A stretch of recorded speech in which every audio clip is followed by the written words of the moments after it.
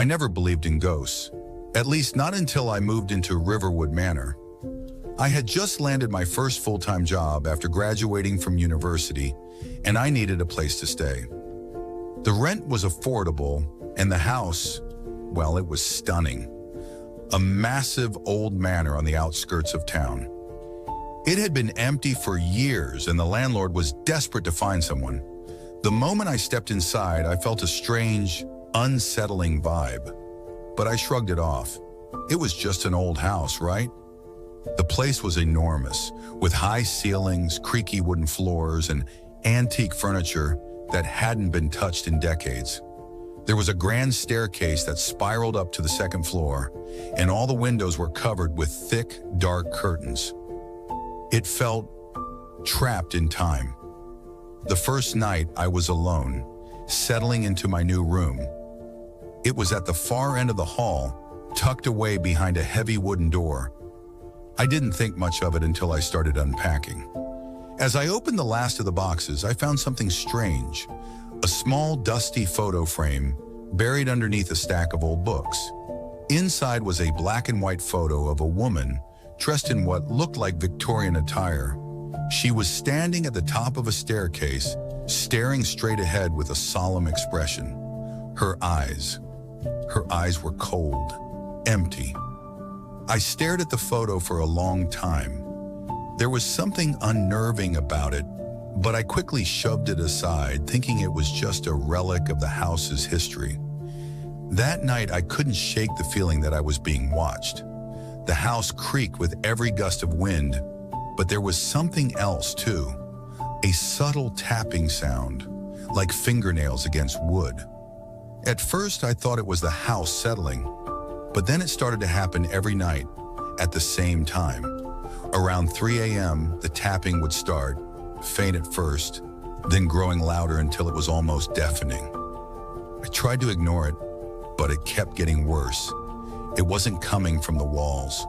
It wasn't the pipes. It was coming from the staircase.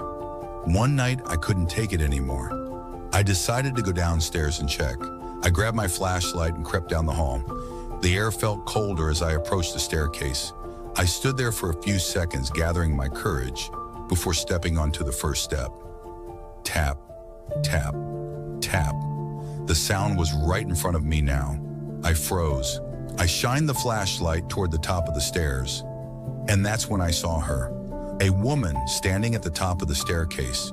She was dressed in a long dark gown, her face hidden by a veil. Her hair hung in loose curls around her shoulders, but her posture was stiff, unnatural. She didn't move. She just stood there, staring at me from behind that veil. I wanted to scream, but the words wouldn't come. I felt paralyzed, unable to look away. Then, just as suddenly as she appeared, she vanished. The silence was deafening. I rushed upstairs and locked my door, my heart pounding in my chest. I didn't sleep that night. I didn't sleep for many nights after that. The next day, I did some research on the house, hoping to find an explanation for what I had seen. That's when I discovered the history of Riverwood Manor and its tragic past. The house had once belonged to a family who lived there in the late 1800s. Their daughter Lila had been the picture of beauty and grace, but her life was marked by tragedy. According to the records, Lila had fallen in love with a man named Arjun, but their love was forbidden. Arjun was from a lower class, and her parents had forbidden the union.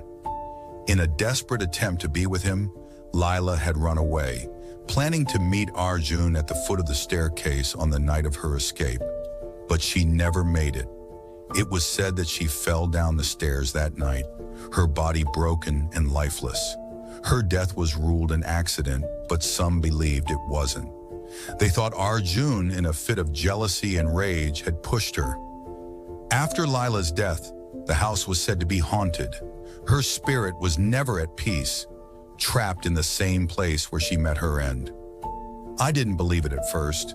It all sounded like an old legend, something to spook people into staying away. But after what I saw that night, I wasn't so sure anymore. The tapping continued, and so did the sightings. I'd be in the living room, sitting on the couch, when I'd catch a glimpse of her standing by the staircase. The woman in the veil, her face still hidden, staring at me with those cold, lifeless eyes. Each time she'd vanish as quickly as she appeared. One night, I finally gathered the courage to confront her. I stood at the foot of the staircase, flashlight in hand, calling out into the empty house. "I know you're here," I said, my voice shaking. "I know what happened to you. You're not trapped here anymore. You don't have to haunt this place." For a moment, there was nothing but silence. Then a cold breeze swept through the room, and I felt a presence behind me. Slowly, I turned around. There she was, the woman in the veil, standing just inches away from me. Her face was still hidden, but this time I could hear her whispering, "Help me. Find him." I froze. The voice was soft, almost pleading. "Who?" I whispered. "Who do you need to find?" The woman slowly raised her hand, pointing toward the top of the stairs. I followed her gaze, and for the first time, I saw the outline of a man standing in the shadows. He was tall, thin, and dressed in old-fashioned clothing, his face obscured by the darkness. I could feel his eyes on me, cold and judgmental. Before I could react, the figure vanished, and the woman in the veil turned and slowly walked toward the staircase, vanishing with each step as she ascended. I knew what I had to do.